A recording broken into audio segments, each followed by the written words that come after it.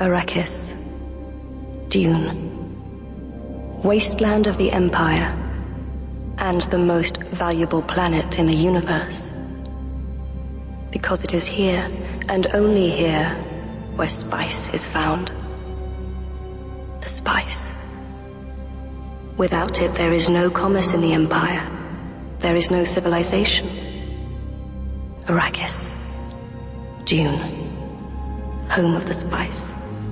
Greatest treasure in the universe. And he who controls it controls our destiny. Welcome to Now Playing's Dune Retrospective Series.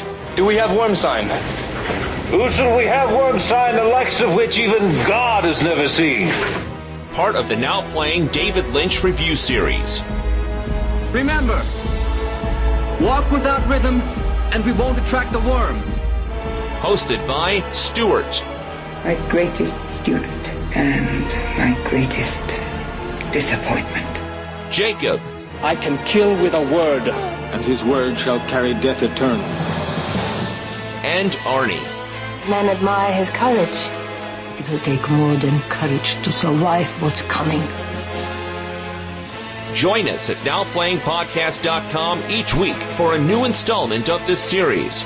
And keep coming back as we continue looking at all of David Lynch's films. Try looking into that place where you dare not look. You will find me there staring back at you. And join Stuart at booksandnachos.com for in-depth reviews of all of Frank Herbert's Dune novels. They know a storm is coming. Time to let them know I'm here. These podcasts contain detailed plot spoilers and mild language. It's not fear. Fear is the mind killer. Fear is a little death that brings total obliteration. I will face my fear. I'm permitted to pass over me and through me. Listener discretion is advised. May the hand of God be with you. May the hand of God be with us all, Duncan.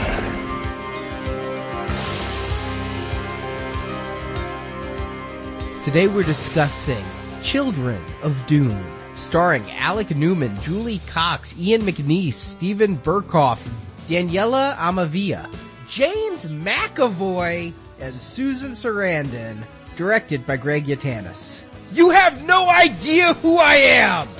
Well, actually you do. I'm Arnie, host of Now Playing. Stuart in LA. Hey, this is Jacob, and I feel great. I've got so much energy. I've lost 25 pounds in the last 3 weeks, ever since I've started the ancient Fremen diet. It's kind of like Atkins, except spice instead of carbs. I love it. Yeah, this is our new venture. If donation drives don't work out, Jacob's going to sell diet routines. It's just basically heroin. You're just going to do drugs and not eat. You are looking like such an abomination these days, I wanted to tell you. Yeah, you know, we're told the story of Dune was far from over last time, but... Not that far. Yeah, I was okay with it. But it was a big ratings hit.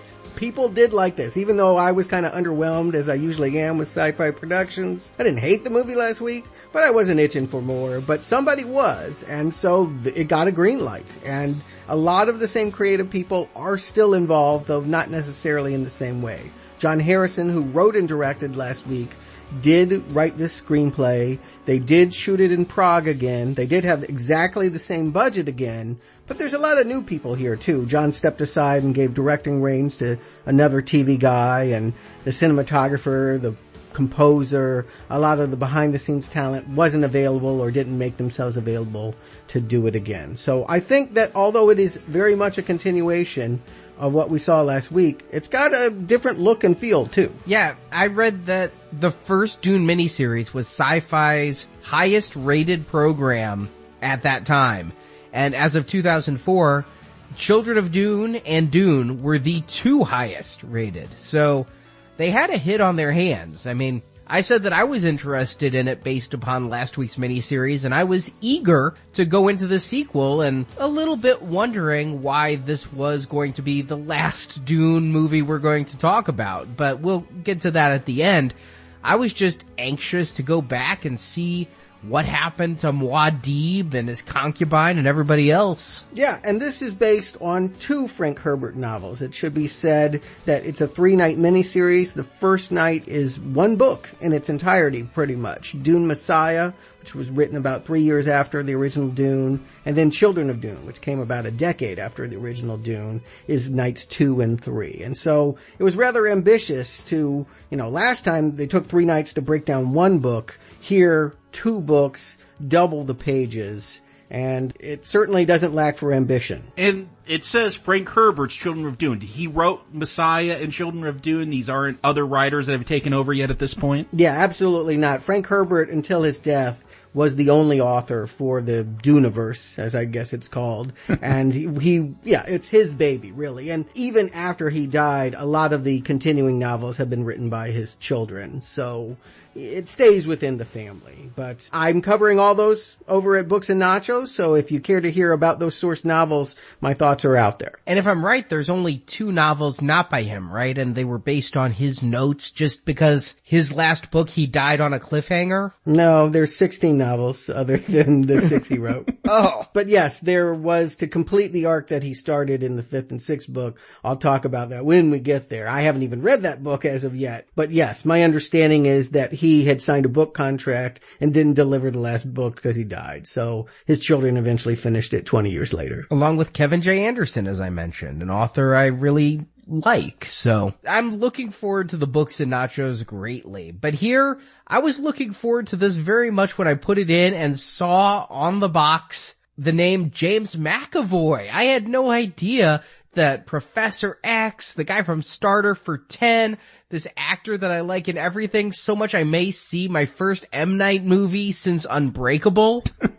because he's in it, is in this film. Okay. Yeah, he's in it. I don't think he was a big catch though in 2003. I mean, the big catch is Susan Sarandon. Where was she? Why did they get her? Yeah, she still has some Oscar glow on her. She's 6 years out from winning the Oscar. Why is she here doing this? I think she got William Hurt money. I mean, I think that whatever they were paying him last time, they were giving to her. And, she was still starring in movies that were in theaters. Her career was not such that she needed this.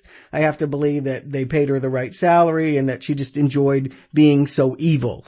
She talks about, when interviewed about this, just the fact that she got to play evil incarnate and that everything she does is so wicked. And I definitely think she's in her own movie. I definitely think that what she's doing is very different from what other actors are doing. Yeah, she gets to hang around a lot of birds in this film.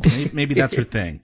Snow White evil queen vibe. Yes. Coming off of her big time. It is a little bit strange to see her in this because while I know this has a huge following, I consider it kind of fluffy, low budget sci-fi. I know it's medium budget, but compared to a major motion picture or something. And when I think of Susan Sarandon and Tim Robbins in this period, I think high-minded, activist, everything must make a statement people. So to see her here, it feels like slumming it. Well, she did just come out with The Banger Sisters with Goldie Hawn. I don't know that everything she does is considered important, but I think that she definitely used her celebrity as a soapbox to talk about her causes and issues when she would make public appearances, the Oscars, what have you. That is definitely her persona, but no, she's not above making trash. Let's not forget, she started out doing Rocky Horror. I think she's always had a campy side, and here she saw an opportunity to play to it again. Yeah, but I was still more excited for McAvoy. I was excited when I put the DVD in and saw that the special effects had made a huge jump since last week. I guess we could just say it now. Whatever we think of this, we could all agree this looks much better, right? Like, the effects, I don't feel like it's that bad. Like, this is on par of some, cheap sci-fi movies of 2003. I feel like this is acceptable, unlike last week. It kills me too, because Vittorio Storaro is one of my heroes, the cinematographer of Apocalypse Now and Last Emperor and so many movies. The way that he uses film and color, and tried to use film and color last week. God knows, he wrote pages of him dissecting how he used color for symbolism in that Dune, but it didn't matter. At the end of the day, it looked like people trapped on a shitty soundstage with sand around them. And yeah, you can turn on whatever light you want. It looked cheap. What happened is they went to technicians that embraced digital. I think last week the movie was shot on film, at least partially. And here it's all digital with people that are really embracing an emerging technology that seems to be getting better on a monthly basis. I think by waiting the 3 years, this, even having no more money, they just have a better command of how to use these techniques. And we just have better looking worms, better looking ships and cityscapes, and yeah, just a more impressive movie. I mean, we'll talk about it when we get there. The one thing that does not stand up to the puppet is the Space Guild Navigator, but we'll get there eventually. Oh boy, that's bad. Yeah, I agree that they're much better. I think certain ones are better than others. I thought the ships last time worked well. Here, they're much better. The sandworms look better. I mean, I still think we're in Anaconda Land, but they do. Sure they do. I mean, again, keep in mind this is a television movie on a $20 million budget, half of what Lynch had 20 years before. It's only going to look so good, but I do think that by comparison, I mean, what they were trying for last week was to have some stylized soundstage sandbox version of Dune, and here by going all digital, it just feels like, yeah, a low rent movie of Starship Troopers 2 or some kind of comparative here, and that is a step up. I hate to say it, but yes, the Oscar-winning craftsmen of last week weren't right for that project, and the people that are here know the movie they're making. But what are they making? Arnie, why don't you give them the plot? Good luck to you. Keep it as simple as you can, because it's a dense one. 2 novels, after all. It's 12 years after the events of Dune, and Galactic Emperor Paul Atreides, also known by his Fremen name Muad'Dib, and again played by Alec Newman, has turned Arrakis into the new galactic capital, now terraformed to have water and grow plant life. And he has led his Fremen warriors in a crusade across the universe that's lasted 12 bloody years. He is wed to Irulan, the daughter of the exiled Emperor Carino, and he loves his concubine Chani, who becomes pregnant with Paul's twins. But House Carino plots to overthrow Paul's rule. The Emperor's other daughter, Wensica, who knew he had another daughter. Yeah, I got questions. They never talked about her last time. This seems convenient. And she's at least as old as the Emperor, so I don't know how that got conceived. But Wensica, played by Susan Sarandon, has partnered with the Spacing Guild and the Bene Gesserit Reverend Mother, as well as a face dancer named Seidel, to overthrow Muad'Dib by cloning Duncan, Paul's teacher and friend who died in the first movie, and who I don't remember at all. This Duncan is programmed to kill Paul when a specific trigger is given, but other plots have taken place, including setting off a stone burner, which is basically a nuclear weapon, to kill Paul. Paul lives but is blinded, yet he can still see through his psychic visions. The same visions that have him communing with his as-yet unborn son Leto, played by James McAvoy. Confused yet? Chani gives birth to twins but dies in childbirth, and Paul's sight dies with her. The face dancer orders Duncan to kill Paul, but Duncan breaks his conditioning with full memory of who he used to be. And using his newborn son's eyes, Paul kills the face dancer. But now completely blind, Paul follows the Fremen tradition of walking into the desert to be killed by worms or weather. And that's the end of night 1. For night 2, we jump ahead another, 16 years? I was thinking almost 18 years. I mean, those twins are getting ready to take over. But maybe they have a different adult age. Yeah, but it could have been some spice growth. You know, it's hard to say. He was 9 in the book and they were children, so it's hard to know. Well, now, Leto, along with his twin sister, Gyanima, played by Jessica Brooks, are both psychics due to their father's power. But until the children come of age, the Empire is ruled by Paul's younger sister, Alia, who is driving herself mad with spice overdoses in the hopes of gaining her brother's precognition abilities. Instead, she starts to see the ghost of her grandfather, Baron Vladimir Harkonnen, who she killed at the end of Dune and is again played by Ian McNeice. The Baron has Alia act in an authoritarian manner, alienating all who may threaten her rule. She also begins to cheat on her husband Duncan with her aide Javid. And those that threaten her are the old Fremen in the desert. They see the water on their planet as an abomination, and the worms that provide the galaxy's spice are dying. They are staging coups to return Arrakis to its old state. Adding to this is a hooded preacher who speaks about the fall of Muad'Dib's rule, and who many suspect may be Paul himself. Even when her mother Jessica, now played by Alice Krieg, comes to visit, Alia cannot be tamed and orders her killed. But Jessica has squired the twins to safety as she escapes with the aid of the Fremen. Jessica goes to visit those in House Carino and forms an alliance to overthrow Alia and to find peace by having Wensica's son Faradin marry Paul's daughter Ghani. But the twins have become separated in the desert, and while Ghani is reunited with Jessica, Leto is in the desert learning of the Golden Path. A spice trip shows him how to... I don't know. But somehow he decides to let sandworm babies burrow under him and gives him super strength, speed, invulnerability, long life, and bad complexion. That was the part that broke me in the book too, I wanted to stand. I can't wait to talk about that part. Man, what a revelation in this movie that was. It's better than the page, that's all I'm gonna say. I had to read a wiki, I didn't get what the hell was going on. Leto then meets with the preacher who reveals that yes, he is Paul, and that Leto had the strength to do what Paul could not, apparently become a worm creature.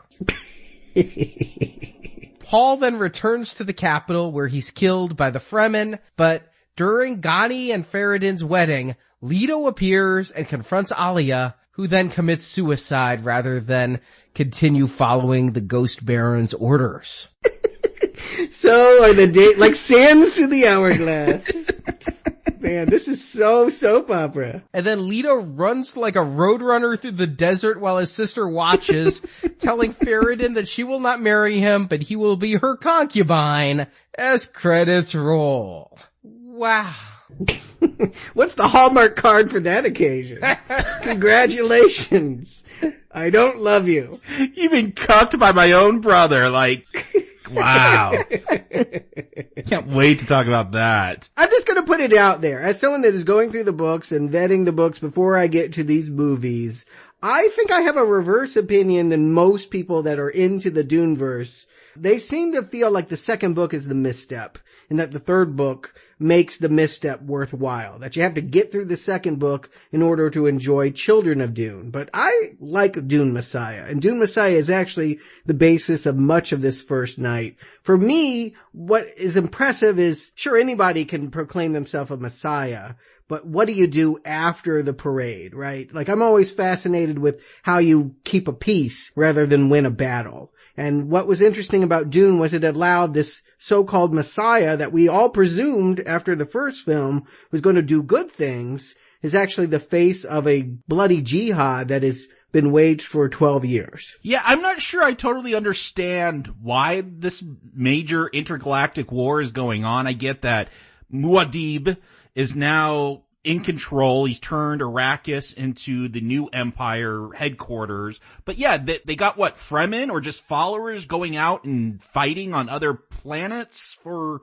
I don't know, are people revolting against him? Is that why they have to go and fight? Yeah, I would presume, there's not a whole lot of detail as to why, but I would presume the way that he came by the throne would be seen as somewhat of a coup, and that there were pockets of the universe that resisted this new emperor, Paul. Even though he came by it without blood, the emperor still lived, and he became emperor through marriage, so I would think that would be more peaceful than I slaughtered your emperor and I rule you now. Yeah, agreed. Yeah, I was expecting something like, yeah, he'd become bloodthirsty and wanted to control with an iron fist, but that doesn't seem like what's going to be going on throughout this, but for some reason there's a 12-year war going. I think the myth got bigger than him. I feel like Paul at the start of this feels like a failure, hates Muad'Dib because Muad'Dib is bigger than him. He doesn't command these troops anymore. Their bloodthirstiness does, that they have gotten carried away and that he can no longer, it doesn't seem to be that they're following his orders. They're following some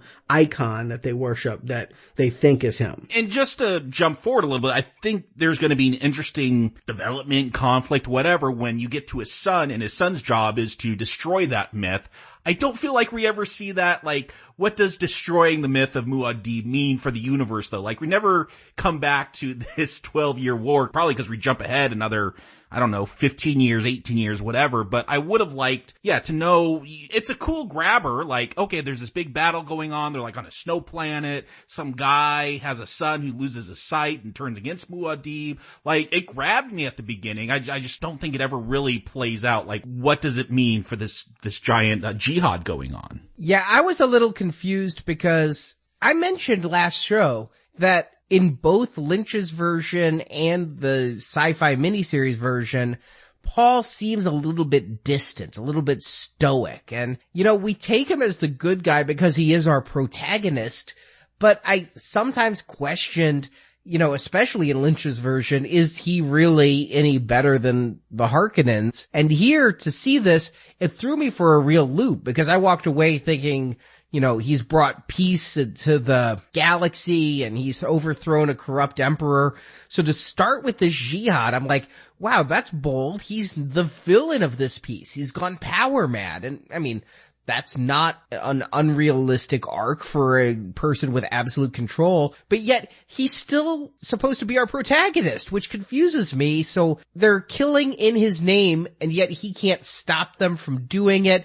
I wish this was explored better. I'm taking it, Stuart, the book can explain the politics of this in ways this one night episode just doesn't even have time for. No, I wouldn't say that we understand a great deal about that. I think that there are other novels that other authors have written about that explain all of that. We're just to take it at face value that the religion that started in good faith has gone sour. And I think that I see Paul very much as like a pope, and that suddenly things are being done in his name by a government that in theory he is in charge of, but he doesn't actually lead those troops. He isn't there on the battlefield. They're doing it in his name. And at this point, because the actor plays it the way that he does, I just think of him as so ineffectual. He just won't do anything to stop it. I mean, even his own wife is just like, you could command them. He's like, no, no, no.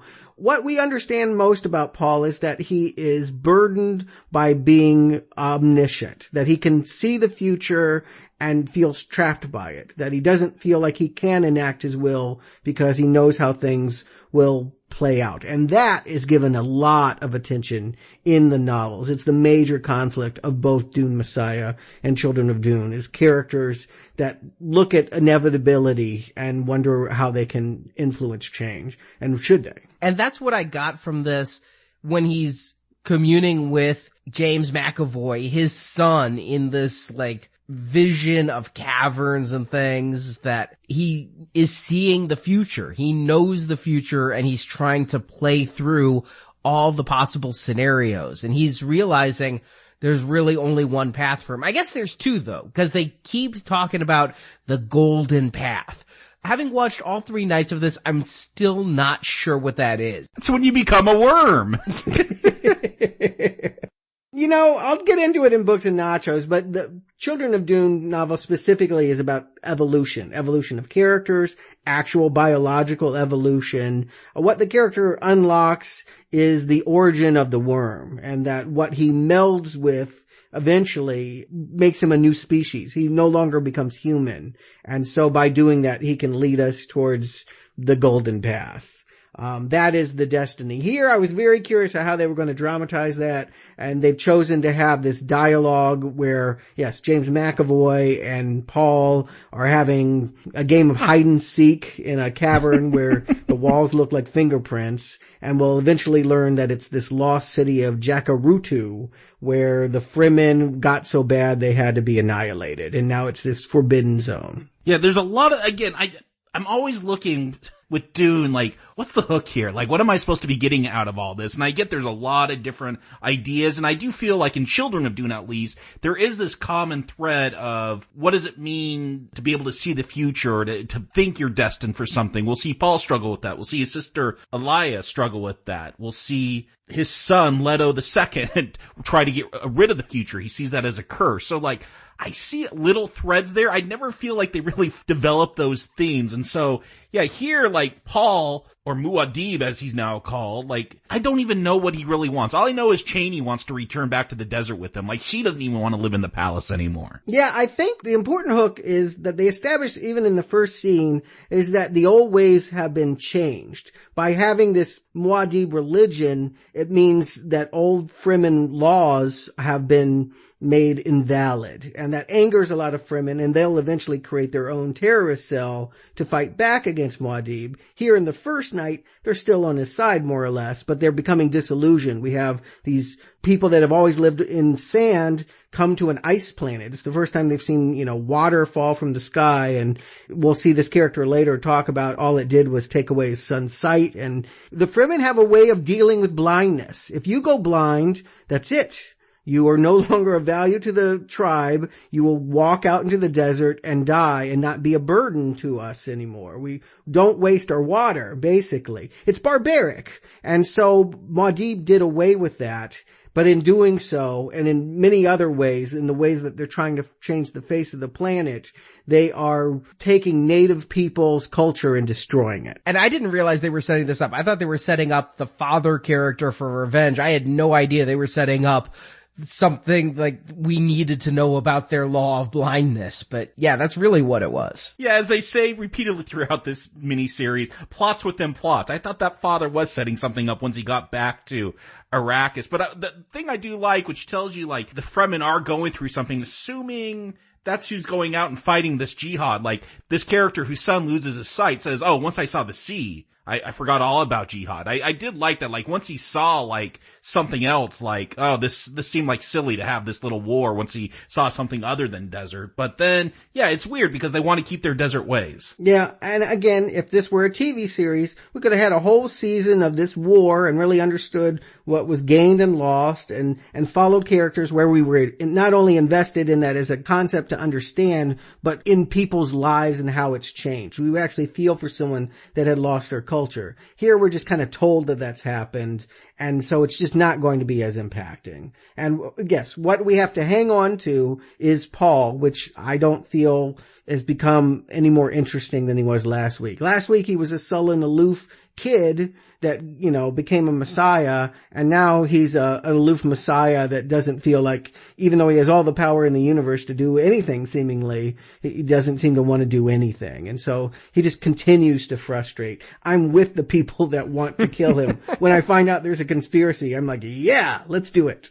Yeah, he can't even knock up his own concubine. But I guess that's because, what is Princess Irulan doing? Like, secretly feeding her contraceptives? Yeah, there's a jealousy because he married Irulan for the emperor's seat. By marrying her, he gets to claim the throne, but he told her, I'm never going to actually give you a child. Chani is my real wife, even though officially she's a concubine. And so in retaliation of that, she tries to make Chani barren, and that sends Chani on that spice diet you joked about in the beginning there. She's going to get pregnant, whether she has to eat all the spice on Arrakis, and it will eventually lead to her death. And Paul knows that. He knows as soon as he has a child that she will die. And so in some ways, he's happy to let this catfight continue because it means he has more time at home with Chani before she's going to get pregnant. I'm actually into these plots. I'm confused about how I'm supposed to feel about Paul, but when I see him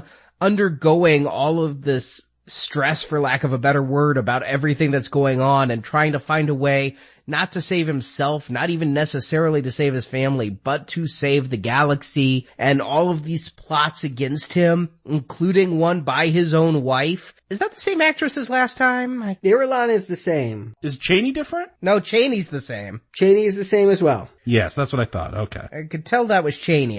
Irulan kind of threw me for a loop. She didn't have butterflies on her dresses this time. Yeah. Different hairdresser. But I'm getting into this story and I want to know where things are going. And I'm going to really credit this movie in that by making 2 books and by taking an entire novel and making it one night, the problem I had last week, and I think we all had this, of things are too damn slow, gone. This night, books. I feel like this is a crowded night, this first night. I don't know if it books. I don't think anything in the Dune universe books, but I feel like there's a lot going on. Like, we're going to go back to, I guess, the Emperor's planet. Is where he was banished after he was dethroned. And I think a reason why there might have been armed resistance to the way Atreides took over was they just kind of threw him in jail. And I think those loyal to him in that conspiracy fought on. So they are banished to a really horrible planet. Seleucus Secundus. Okay, so Seleucus Secundus isn't his home planet. No. It's where he actually trains his army. It's a horrible, hellish place that if you survive, it makes you an invincible fighter. Okay, I did notice the black chef hats that you talked about last week, that these are the baddest of the bad troopers, and that's where you find out he has another, like, this threw me, like there is another princess that was never mentioned. I don't know if she's mentioned in the original Dune book, but this seems like retcon, like out of nowhere, like, oh yeah, there's another princess here, like she's way older, still not married. There's 5 sisters, so they've actually streamlined here. But yeah, this is the first time that another sister other than Irulan has become important. Yeah, I was completely shocked. It took me a while to figure out what Susan Sarandon's relationship to it all was, and she's talking about her father, the Emperor. I'm like, but wait, I thought Irulan was the daughter. Oh, I guess they're sisters that are what, 50 years in age apart? You know, to help the audience, again, I know that it would be heresy to those that want to see a literal translation of book to screen, but why not just make it the Emperor? Wouldn't it just be so much easier instead of Susan Sarandon? We had the Emperor that was conniving last week, now in exile, saying, I'm going to get it back. I mean, it's like they've recast Darth Vader with Captain Phasma. Why do that? Yeah, and she has a son who, I get this, like, she wants him to be some great warrior. Like, again, she's gonna talk about plots within plots. We're gonna get that Paul, get our empire back. I guess she's gonna wait a long time because she wants her son to be trained to fight, because I guess he's gonna kill Paul eventually, but he's a wimp. He doesn't like the training. Yeah, I like this. I mean, this always feels very true. Those that ride their children and try to make the greatness out of them oftentimes see that those plans blow up in their face, much to the tragedy and dismay of all those around them. And it's just so clear from the very first scene, even as a little boy, that he just doesn't want to fight. He doesn't want to train with the men,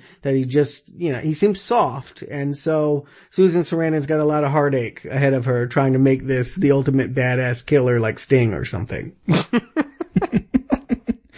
And what confused me, talking about like trying to figure out characters, there's a Reverend Mother. I thought this was Jessica. I thought she was like the head of the Bezer Gesserit at the end of Dune, but I guess that's not true. I guess there's a different Reverend Mother. It's Cher. It's who I referred to as Cher last week. She got a haircut real short like Jessica had in the last film, so it confused me. Yeah, she put Paul's hand in the box in the first one, and now she sort of represents the Bene Gesserit way. Keep in mind, Jessica disobeyed them. She had a son when she was supposed to have a daughter, and she's just kind of a fringe element. So this is really the sisterhood of witches, and they don't like the fact that the Kwisatz Haderach, Paul, came to being, and he's not under their control. They were always supposed to control the most powerful being, and now they don't. And they always worked for the Emperor, so they're here on this planet, conniving with the sister, how to get back. Their first plot, one of many, and I think a good hook, yes. The one of the second book that I really liked, is to bring back a character you barely paid attention to, and now make him very central. Duncan Idaho was shot in the head, nobody was thinking about him, and now he is going to be the thing that undoes House Atreides. Barely paid attention to? How about didn't pay attention to at all? Who was he last movie or even the first movie? You don't remember Duncan Idaho? He was given a mission to like check out some of the Fremen, and he was like the main fighter. I wondered why he was in Lynch's version, because he barely plays a part in there. Yeah, in Lynch's version, he gets that really cool thing where he's wearing the shield and the bullet goes through and it takes a little while to hit him in the head. That's basically all that he does. In the one last week, yeah, he's always hanging out with William Hurt. He's sort of the guy that sort of recruits the Fremen and Stilgar and gets them on board early on. He goes to the planet first to gain their confidence because they realize they need an army. And he was killed when the Baron had his big coup. He was not someone that got away. So, yeah. Unfortunately, Paul had 4 teachers, and I think it would have been better if he had only 1 or 2. It's easy to forget, one of my mentors is dead. That's less impacting than, my mentor is dead. If you have 5 Obi-Wans, then it's just not going to register that they come back. It's not going to mean as much. But I do like the fact that character is going to have a payoff. Yeah, that's the key for me, is in Lynch's version, there were the 3 teachers who all came in at once, and I couldn't remember. Duncan sounded familiar for one of them. No, he wasn't one of those 3 teachers. He was someone else entirely. Okay. Yeah, I consider him a 4th teacher. He's like the Han Solo of this universe. Oh, wow. I don't know. Maybe. He gets a hugging scene with Kyle MacLachlan in the Lynch version. They are friends, but he is not one of the people in the room when he's training with the robot or wearing the shield or using the voice module. He's just one of the many that are parading through the movie. And then I couldn't remember last time even who the doctor was who betrayed them, let alone where Duncan fit in. And now it's a different actor playing Duncan, so I was just not having any sense memory from him. So I had to look him up. I'm like, did they really have Duncan in the previous ones? And it's not that I'm not paying attention, but there were a lot of characters and a lot of them don't matter. Yeah, no, there's a lot of characters, and I feel like Duncan was in the last film in case they gotta make this sequel. Like, he's an integral character now. If they really want to do a head trip, if they really want to bring someone back from the dead that's going to screw up Paul, I mean, come on. The obvious choice would be his father, right? Why not get Leto? Why not actually go to the Duke? And then it's like, oh my God, how can I ever betray, my father? That brings up all sorts of issues. But because this character is going to end up getting romantically involved with Paul's sister, maybe that was the choice that was made. I don't think that Frank Herbert thought about how he was going to use all his characters when he mounted Dune. When you're universe building, the more the merrier. But as someone that likes economical storytelling, I'm always judging whether you need a character or not. If this character didn't serve a purpose, or if there's another character that could do it, you combine, you consolidate, you shape it so that it's understandable for an audience. And that has not been done in this Dune telling for television. And I'm just taken back to Lord of the Rings again, where there are so many characters by the end and so many different factions and things. And here, they're going after that model, and I think that works better in literature. I think you can just keep track of characters better in literature, because if you're looking at 2-hour movies or even 5-hour miniseries, you just don't have enough time to explore all these minor tangents. But I think there are director choices that they could have made that would have helped. I mean, let's not forget skin tone. I mean, all these people are white. They all came from the Czech Republic and they all kind of look the same and sound the same. And so after a while, it really is confusing who's who. But if you had played more with like different races, different colored hair, costuming, if you had used visual cues to make characters stand apart, I don't think we would be struggling with who was Duncan Idaho. We could have said, oh, he was the one in the purple robe or something. But they've got a very bland actor and he's just not good enough to make himself stand out. And I do feel like that is my problem in general with most of the performances here, is that nobody's bringing personality or character or quirks. The things that Lynch excels at, that everyone is going to be weird in some way, here everyone is going to do everything they can to make you ignore them. Yeah, that's why people like the Baron or Susan Sarandon stand out, because they're just going full camp, which is so different than the rest of this stoic cast. I was actually having to make like weird connections to remember who characters were, like noticing people's nostrils and like how they flared or something, because like to try to tell who was who and remember people, like that is what I was doing throughout this. What I didn't have to come up with some weird mnemonic device for was the Spacing Guild Navigator. Like, they've changed the design. Like, he's in on this plot. He's a sea monkey now? Like, is this supposed to be different than that bat character? Or is this supposed to be the same guy?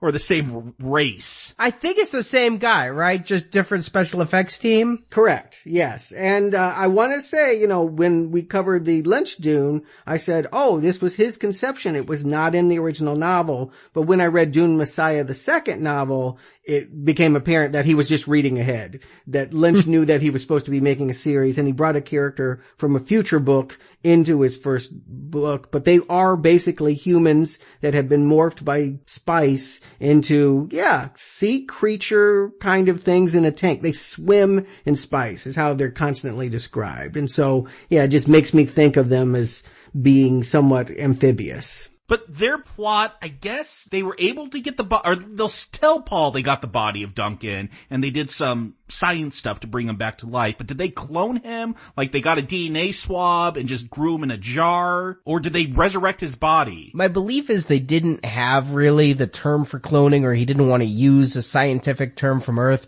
but they said they found chunks. And then they grew from chunks a new body. So to me, that's cloning. It's pretty much his body. The chunks I think they're referring to are what might have gotten blown away in his head. I mean, they pieced it together. What they're claiming, and I want to be, I wish I could not be specific because I want to just kind of get through this and not obsess on details, but it isn't the Spacing Guild that did this. It's the Talaxu. It's the face dancer. Yeah, it's the face dancer. Yeah. Skytol is really the one that did it. I didn't know that was like a different race or whatever. They're all white people.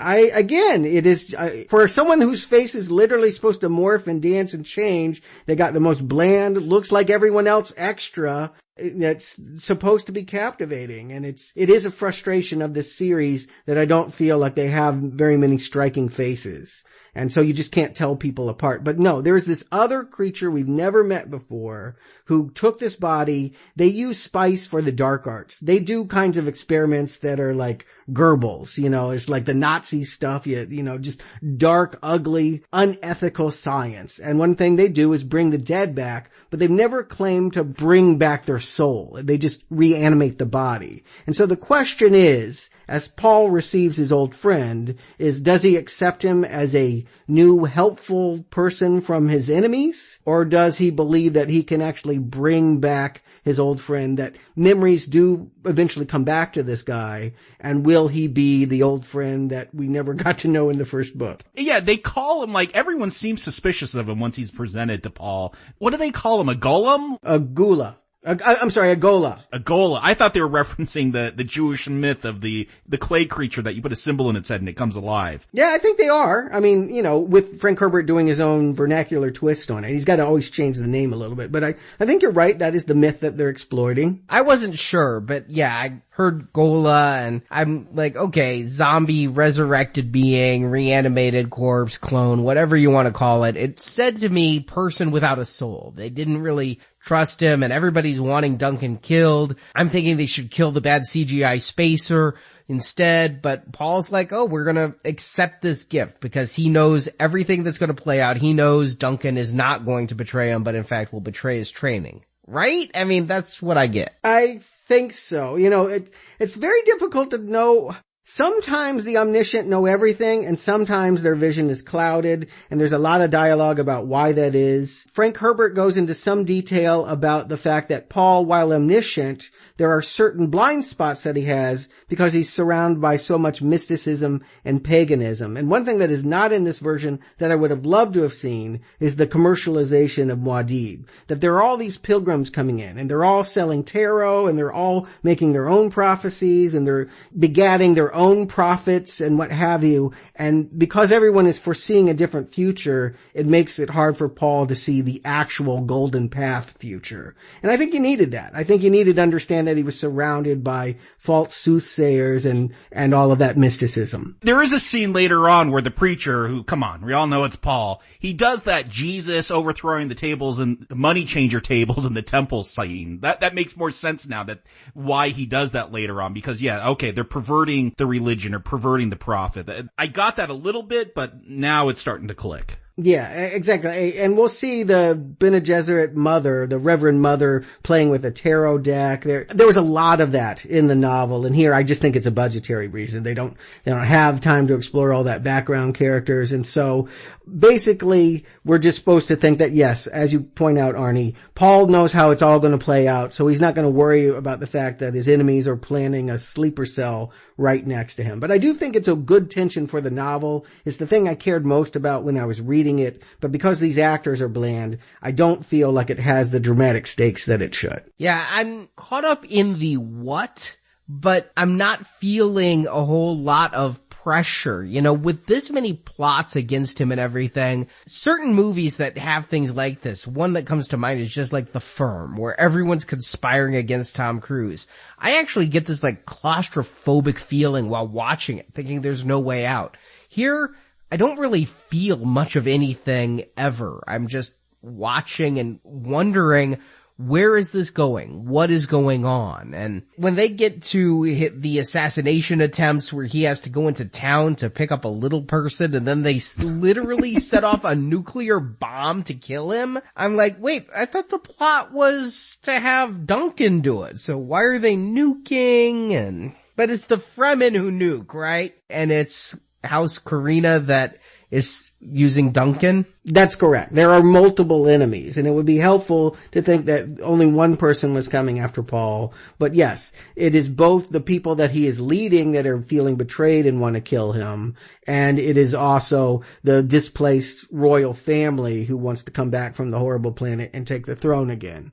And yes, the royal family has the Duncan plot, and the Fremen have the nuke plot. You know who I thought was going to be the badass to save the day, and it may be my favorite scene because it's pretty awful, is when we get Alia reintroduced, and oh my god, it reminded me of something from Elektra or from that Ben Affleck Daredevil film. Like, she's like fighting these razor blades, and like she is so like excited that she fought off 11 like flying razor blades. Like, she strips down, and like Paul walks in and like checks her out and then covers her up. One of the first of many like incestual nods throughout this miniseries. But like, I'm like, okay, these people are all kind of boring, but if Alia's gonna be just crazy, like warrior psychic or whatever, I could probably get into this. This was around the time that yoga was coming back and everyone had different permutations of their, like, there's stripper, like learn how to be on the pole while you do yoga and all that. Like, I'm not sure if this is some kind of, Electra combat yoga that she's got here,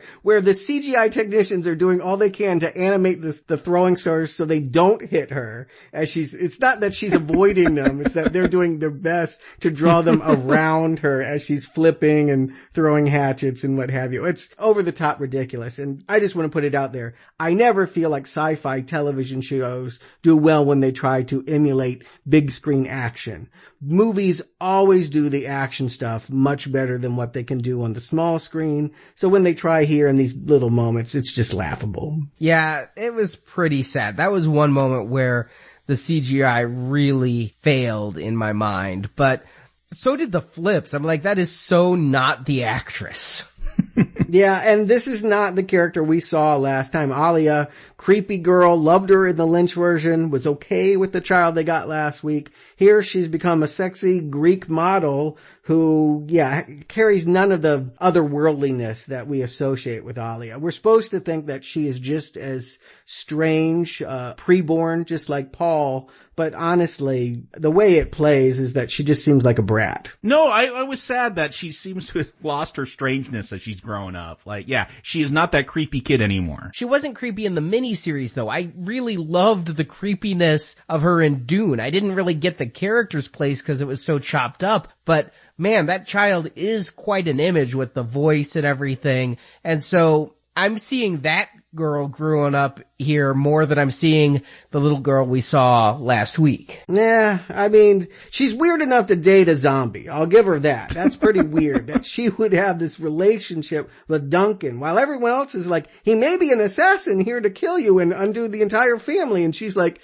you know what? You're kind of hot. And I'm just kind of coked up on spice. So like, she ends up marrying him at some point. I'm not exactly sure where in the story, but at some point she gets married to the Gola. So I think it's between the two books in that time span. Here they're just having a lusty affair. Yeah, but that weird choice. Again, having 3 nights to do stuff, and I feel like they still leave stuff out, or I don't know, maybe it's plots that never play out in the book. Like, one of the plots within plots to somehow get back at Muad'Dib, like going back to Susan Sarandon, like they're gonna steal a worm. Does anything ever come of that? There's a whole scene where they're kidnapping a worm off of Arrakis. I don't think they ever come back to that or tell us what the point of that was. Best scene in the movie, and I'm convinced it was so expensive they couldn't bear to cut it, even though there is absolutely no point for it. So in the book, it doesn't go anywhere either? It hasn't yet. I've only read the first 3 novels, so... You got 16 more to go. If there are worms populating on other planets,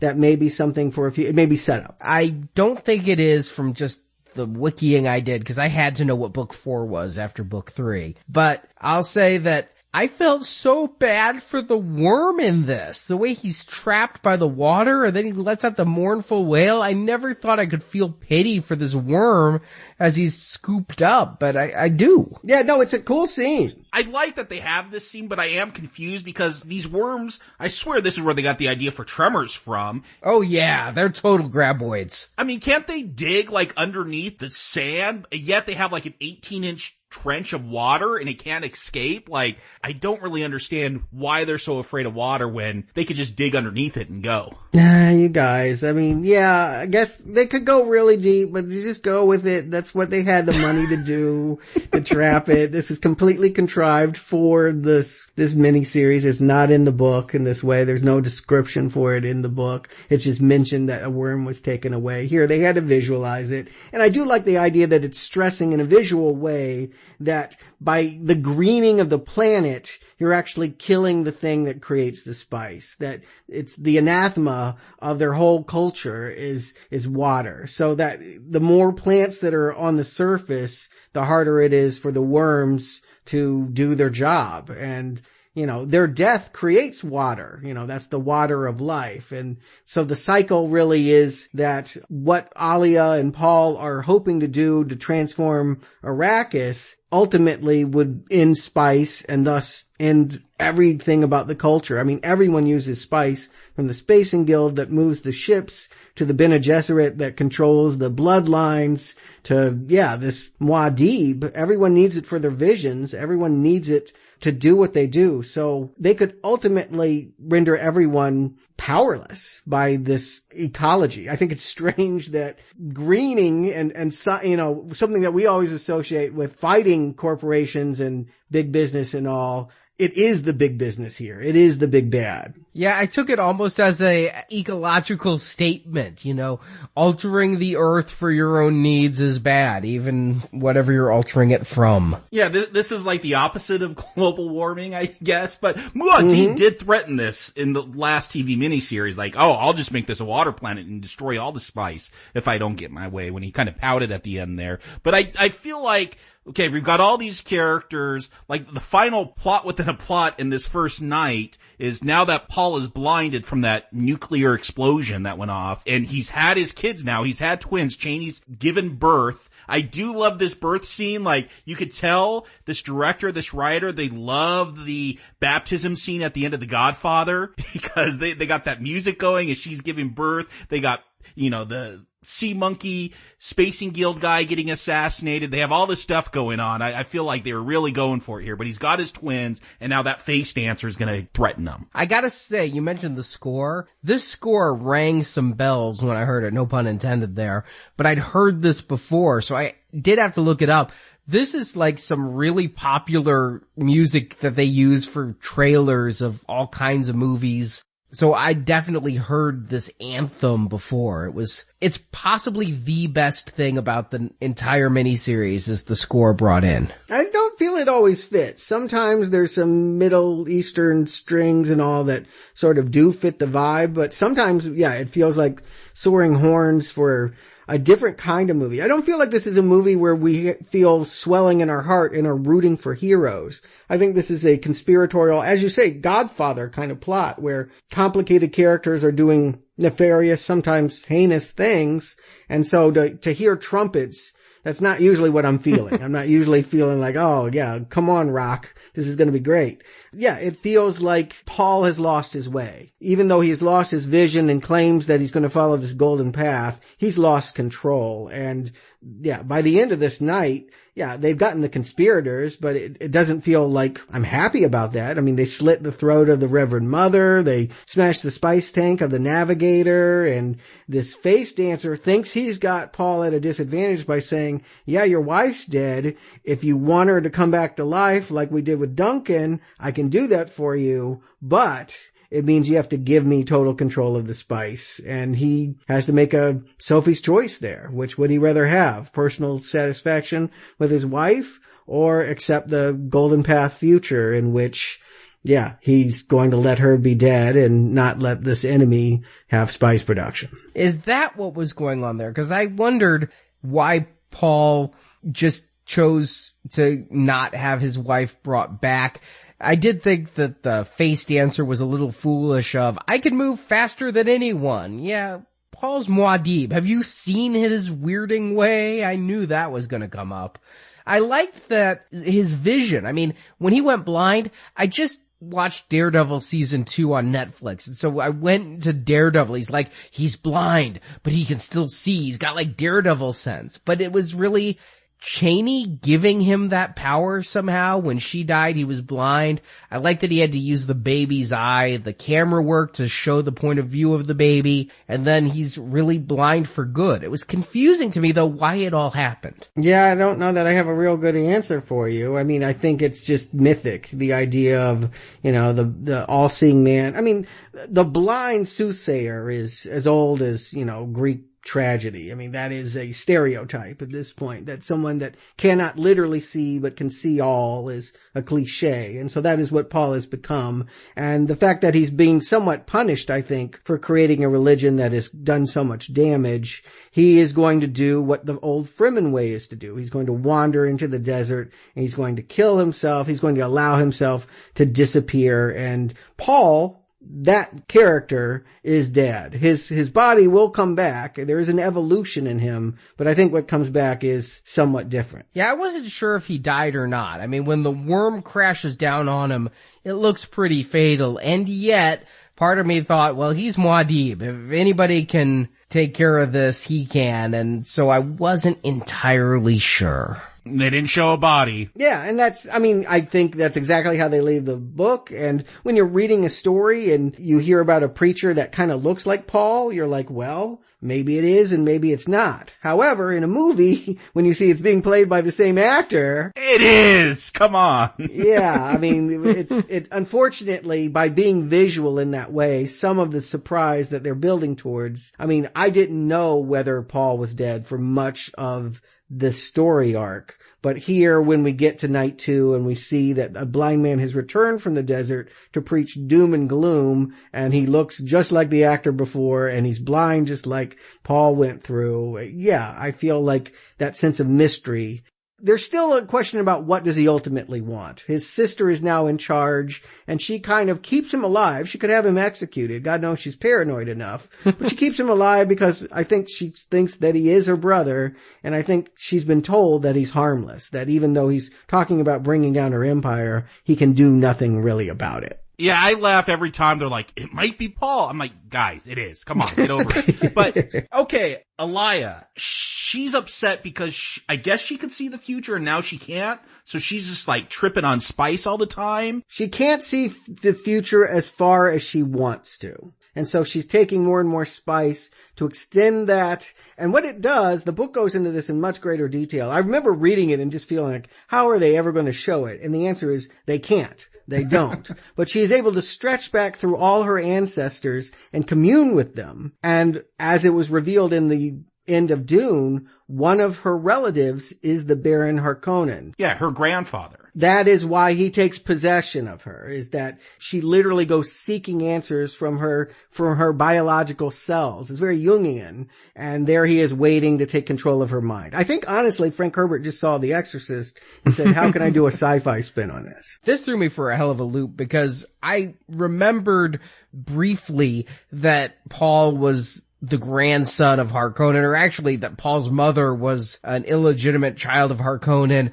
And because it was such a little girl, I never really connected Alia with Baron Harkonnen. So she calls him grandfather. It took me a moment to process.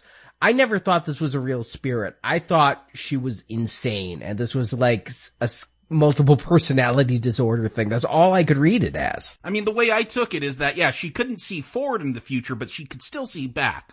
I got this feeling that she could kind of travel with her mind, and so because she could go backwards, she could tap into, like you said, Stuart, those ancestors, and the Baron being the strongest personality and wanting to control all this was somehow able to bridge that gap, and his personality is the one that stuck out the most and overtakes her. I was happy to see the actor back, though. I never expected Baron Harkonnen to show up again, but he was one of my favorite performers of the first miniseries, so to see him back and glowing red like an evil Jedi, I'm like, I'm going to go with this quite well. And he's just as lecherous and nasty and floaty as ever.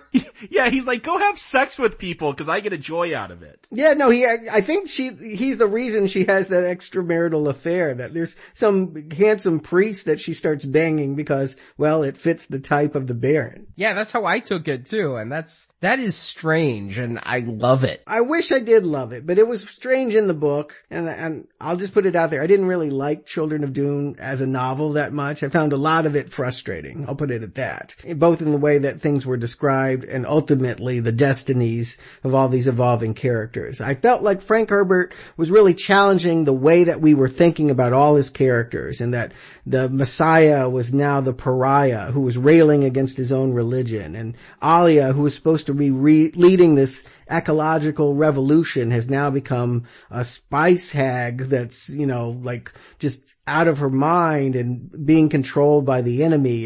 It's certainly challenging, but it does leave you adrift. Who am I rooting for? What do I care about? I think it all hinges on how we feel about the grandkids. And because one of them is James McAvoy, I am so happy with these grandkids. I mean, you mentioned Han Solo, Jacob, but I'm definitely getting, maybe more of an Anakin Skywalker kind of vibe off of Leto II. And that makes you happy. Hey, I still like the prequels. So when they introduce him and he's flying right in front of those worms and then almost gets eaten by the worm's mouth, the cockiness, the skill, the fact that they drop, he never had a flying lesson, he just knows how to fly genetically. I like this kid's power, and I like his twin sister. She doesn't do much, but I like they got two actors with great chemistry, the way they finish each other's sentences and everything.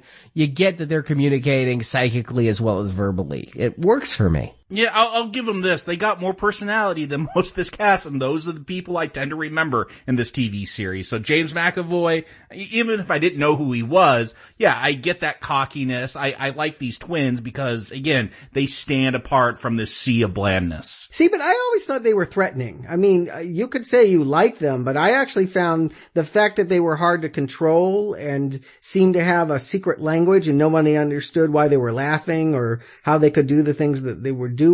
To me, that didn't mean that they were cool or in sync with each other. It meant that they were up to something bad. And the fact that Paul only had a vision of his son, and all of a sudden he's like, my wife had twins? I thought that was a plot.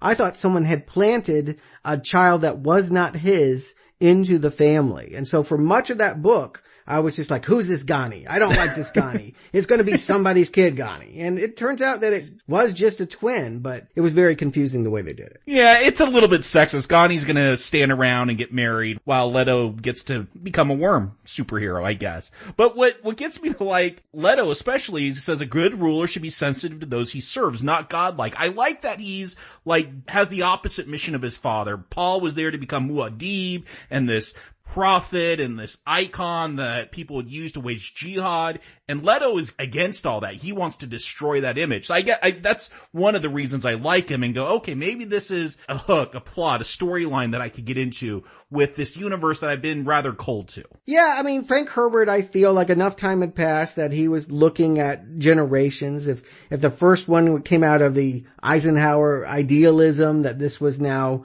hippie generation going into the 70s, and how much could we trust them? I think that he was trying to remain hopeful, but also saw that they did not care about the things that his generation did and what did that ultimately mean for the planet. We're in uncertain hands that they could inherit the rule. But here's one thing that is clear. We know that Alia is not a stable ruler. We know pretty early on she should not be in a position of power. And in fact, I don't think I ever have a sympathetic moment for this character in any of the three knights. Even though she's afflicted by this Baron, the man she killed is going to basically drive her to suicide. You would think I would have some feeling for that, but I don't. I just see her as really the worst villain of all the villains presented. I'll agree with that. I feel a little bad for her when she's going on this crazy spice things because she just doesn't feel adequate to replace her brother in rule. But as soon as she starts going evil, yeah, she is the most arch of all the villains we've seen, and that's a lot when we're comparing her to the Baron. Another thing that they've done, I think wisely, that when I was reading the novel made me very uneasy, and here, if it's there, it's done in subtext. These kids were bred, I guess like the Egyptians. The idea was that they were eventually going to mate with each other. There was some talk by the Bene Gesserit of having Ghani and Leto procreate together, that no outside heir would be right for their genetic bloodline. And so in order to present another super being, you had to have brother sleep with sister. That's a bit icky, and I think it was wise that they left it out. I don't think they left it out, especially when you get to the end where Ghani's like, my brother runs, and when he needs to rest, he puts his head in my lap, and husband, you will be my concubine. Okay, you heard that too. Yeah. Yeah, she's gonna f her brother and never the prince. Every time they were going near that, I was very uncomfortable, and I just thought, come on, this is TV, guys. This is not Flowers in the Attic. Let's get this out of here. Hey, that was a TV movie. Yeah, it was. Boy, I'll tell you. But I didn't get that. I mean, I heard the rest his head in my lap line. I just took it as they were really close, but not like that close. She's telling her husband at the end that you are my concubine. Well, who's the husband then? Who's the lover? It's the guy she was just talking about, her brother. No, she said she will love him, but her brother will never know love. So I took her brother as like on the celibate priest worm path, and she gets to know love. But for some reason, because her father couldn't marry her mother, she's just on principle never marrying. Yeah, let's talk about his path. I agree. It's time to talk about the Golden Path. That Children of Dune is a very long book. It's actually longer than the original, and it's not until the last 50 pages that we find out that he's destined to change his skin. And that was a huge surprise and a twist that did not work for me at all. He literally becomes a different creature. He leaves behind his humanity to mate with, well, they call them sand trout. But Frank Herbert gives a lot of lip service to the fact that they are the species that the worms evolved out of. So basically, he's dug all the way back into the worm's genetic line and fused it with his flesh. The way that it read on the page was that he stuck a bunch of fish on him and was running around hopping and running. It just felt ridiculous. Here, it feels more like, hey, I got a cool body art tattoo and I have superpowers. Yeah, he finds that cave that we kept seeing visions of. Paul had visions of it, and then Leto had visions of it. He finds that cave. Jakarutu, yes, another weird word we have to say. And I felt like he just found some baby worms. I didn't get that was supposed to be going back in time. I don't know what happened, something magical, because people are on spice and psychic and whatever. But yeah, he combines with those worms. You see them like crawl in his hand, and then he starts growing scales. Alright, I'll be real fast as I can. When the worms were first introduced into Arrakis, the planet was a water planet. They were a water species. This is millions of years before. And they are full of water. And what they have evolved into is a species that has no water. So that when he puts them on his hand like a glove, which is a game that children do on Arrakis, anyone can do it. They just kind of stick to you. That's kind of what the sand trout do. They're so watery that it makes worms nervous. And so he learns that if he waves a sand trout at one of the worms, he can command it, and he doesn't need his usual grappling gear to mount a worm. Basically, by putting on a sand trout suit, he can now command the worms in a super powerful way. So that is what happens in the last 50 pages of that novel, which was just very dissatisfying. I was like, huh? I can't visualize that.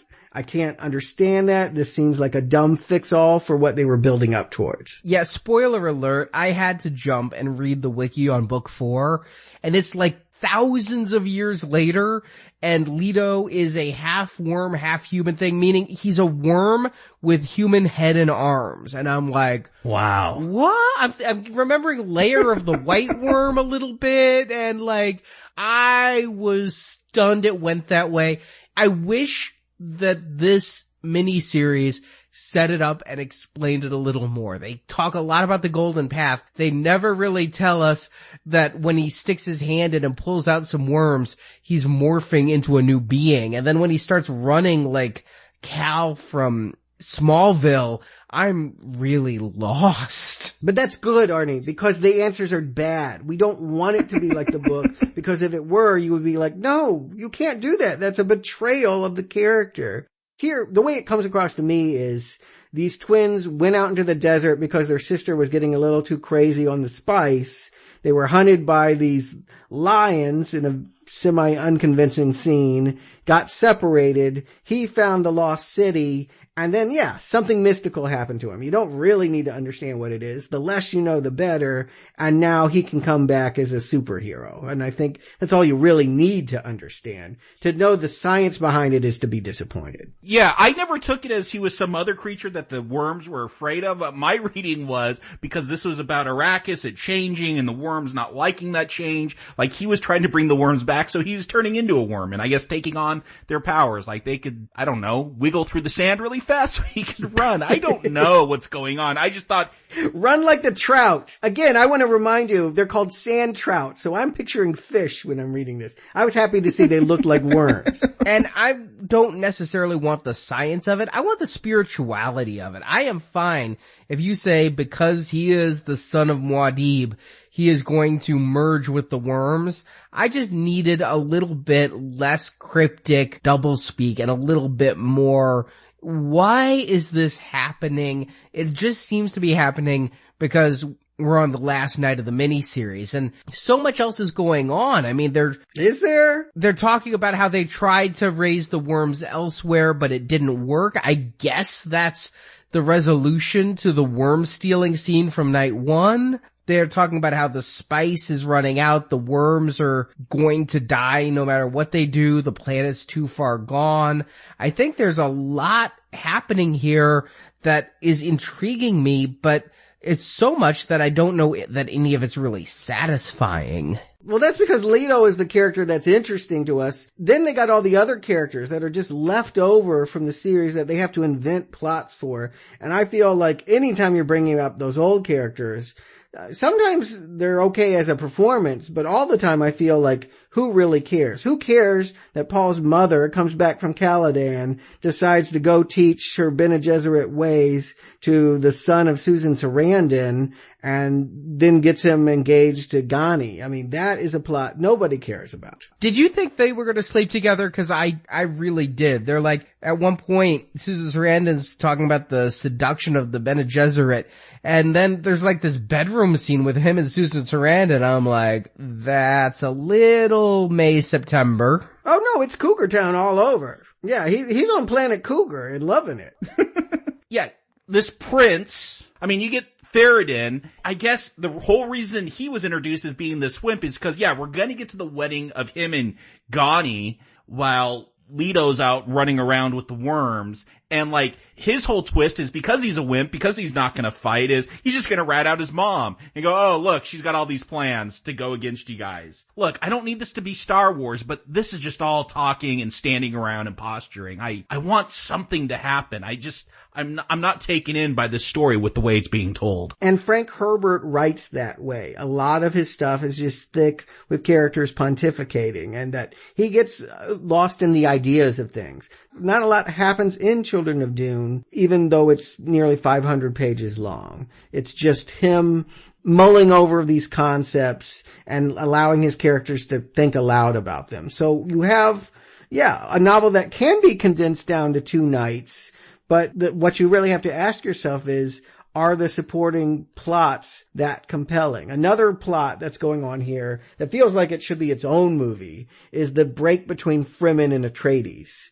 And that gets to the boiling point of which even Stilgar, who was the right-hand man of Paul, is going to mount all of these people to turn against Alia. And they're riding in on worms saying, aye, and we're ready to kill. They don't even get that battle. No, they don't. We never even get that movie. It's like a build up to a bomb that doesn't go off. You know, the rule is if you introduce the gun in Act 1, it's got to go off in Act 3. Here I feel like very little goes off at the climax of this movie, and that a lot of characters have just been brought back for goodwill and to fill up time. I do love Stilgar because he seems like all he does in this TV series, Children of Dune, is go, let me take their water. He just wants to take everyone's water. It's true.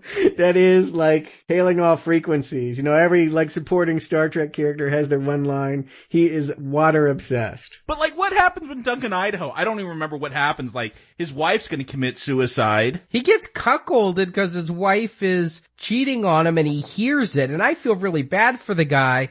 But then to force a Fremen war, he goes and kills the priest that was sleeping with his wife, and in doing so forces Stilgar to kill him due to tradition, thus precipitating a war. Oh, so he dies again. That's right. Yeah, I love it. He's like, how dare you bring murder into our siege? So he murders him. I'm like, everyone seems to be doing things that are against their character. What I'm struggling with, not only are there different actors playing some of these parts from last week, but they are behaving in ways entirely different from what I've been accustomed to. And I don't think it's in the spirit of the character. I know Frank Herbert wanted to evolve our concepts of how we thought about them, but he's pushed it too far. I feel like I find very little about the characters, many of which I liked in the novel, very relatable at this point in the story. They just seem like a lot of distraction.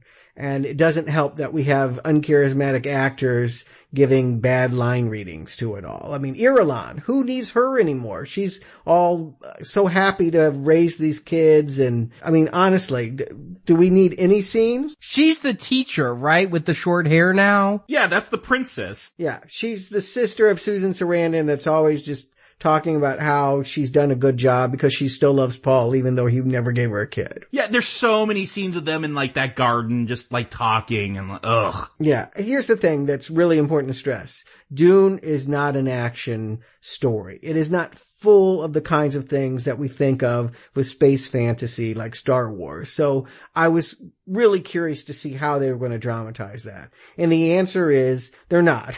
They're going to have characters stand around in these places and pontificate. And I think the way to have done it was to rework this material, to take the idea that these are the character arcs and then write the story that better serves them, because we're told a lot of things, but we don't feel a lot of things. And I don't have any compassion for any of the characters that are going back and forth while I wait for Leto to achieve his destiny, which comes, I guess, yeah, when he sticks his hand in the fish or the worm or whatever you want to call it and comes racing back for this wedding. I am desert power, yeah. It felt a little anticlimactic to me that it got to the wedding because Paul is killed on the steps during the betrothal, and that's where Susan Sarandon gets her comeuppance when Ferrodin outs all of her plots to Alia, and that felt to me like, okay, here's the climax of the film. Here's the big thing.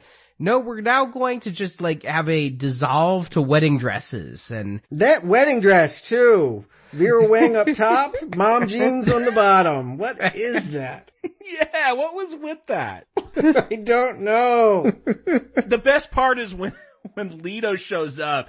He roars like a worm, like that, man. I think it's a lion. I want more stuff like that. I don't know why he's roaring, but you know, God bless James McAvoy. I thought he was mimicking the sandworms. Yeah, I think it's a worm roar. He says that he's the Lion of Atreides, so I've never seen a lion on Caladan, but hey. Are you sure it's the lion? I thought he said the line, like the bloodline. Yeah, that's what I thought too. Oh, well, no, I'm not sure. But we're all confused. I think we can all agree at this point it's very strange to see what's going on here. And James McAvoy, early in his career, you keep citing him as, you know, the future Professor X, but he hadn't done any of the movies you're talking about yet. He had done a little bit of British television. But yeah, he's allowing his natural charisma to come through, and why not? With all of these dull people here, use your power and just blow them away. Blow this Alia chick off the screen, who is just so awful. It's become unbearable, all her barren out scenes at this point. I can't stand her. You know what he'd done around this time, though, that I didn't even realize, and watching this made me reevaluate that movie? or at least a certain performance in it, was not long after this he'd do The Lion, the Witch, and the Wardrobe, and he looks very similar. He kind of matured after those movies, but yeah, we're getting about that presence here, and I do think he has a natural screen presence that he carries to this day, unless Shyamalan f***s it up. He seems to have fun in many of his roles. Even when he's angsty, I think he always finds a way to smile, and that's really a disarming quality about him, is that he just has a playful side to him that kind of seeps through here. And again, I wish this series had it. It's so self-serious. There's so many things with portent and doom and destiny, and how burdensome it is. How nice it is that we have a character with magic powers that's having fun and kicking ass, and even if it's a stupid wedding fight, I'm liking that. And then he runs in circles in the desert for reasons. He's looking for the golden path still, I think. Neo, keep in mind, I think the Matrix has been an influence on this entire series, that they got the weirding way effects was their pathetic attempt to try and emulate bullet time. And here with, some of the things that Neo had done in the second movie with some of the Looney Tunes fights with Agent Smith, where there was like hundreds of them coming at him. I think this was their attempt to show his Neo power and that he had really evolved at this point. The special effects had evolved, I'll give them that, but they're still not that great. They really don't need to show them off in this way. Well, with that, Jacob, Stuart, do you recommend or would you abort the Children of Dune? Jacob. Well, they didn't come from my body, so that's not my choice, whether they're aborted. But I'll say this up front, is I enjoyed this one slightly more than the last television series. Like, I still don't want a third one to watch, but like this one, I think there's slightly more character to this one, and that's probably because of James McAvoy and the actress playing his sister. Like, they seem fun, like they seem to be enjoying it, and they seem to have high spirits amongst all this droning on about whatever. And look, that might work for a book. We've talked about adaptations before, like that might work for a book to be very philosophical, but for a visual medium, you gotta do something with that adaptation. I still feel like the things that hurt Dune are hurting Children of Dune. Like, there's a lot of, pontificating, and here's my problem. Like with this whole series, what's the crux of this? Like, what is the hook? Arnie, you said you struggled with Eraserhead, but not necessarily something like Twin Peaks because you get the hook, who killed Laura Palmer. I'm looking for that in Dune. I'm looking for it again here in Children of Dune. I don't know. Overthrowing false prophets, maybe. I don't know. There's a lot of ideas, and I don't feel like they ever centralize around one strongly enough to just give me a hook, to give me a crux of why I should watch this. I don't have a reason to. I mean, if you, again, like the books, and you want a literal translation of people standing around saying lines that they said in the book, then yeah, you probably like this. But it doesn't work for me. I don't think it's going to work for anyone that didn't like that television series Dune or hasn't read the book. So another not recommend for Children of Dune. Stuart. Yeah, the one thing that the movie had last week on Lynch was the fact that it had more time to be coherent. And I don't even think it has that moral high ground this time. I feel like the story gets lost in a lot of convolutions, and that the adaptation, God bless them. I don't think Children of Dune is a very good book, so I pity anyone that would have to adapt it into 2 nights.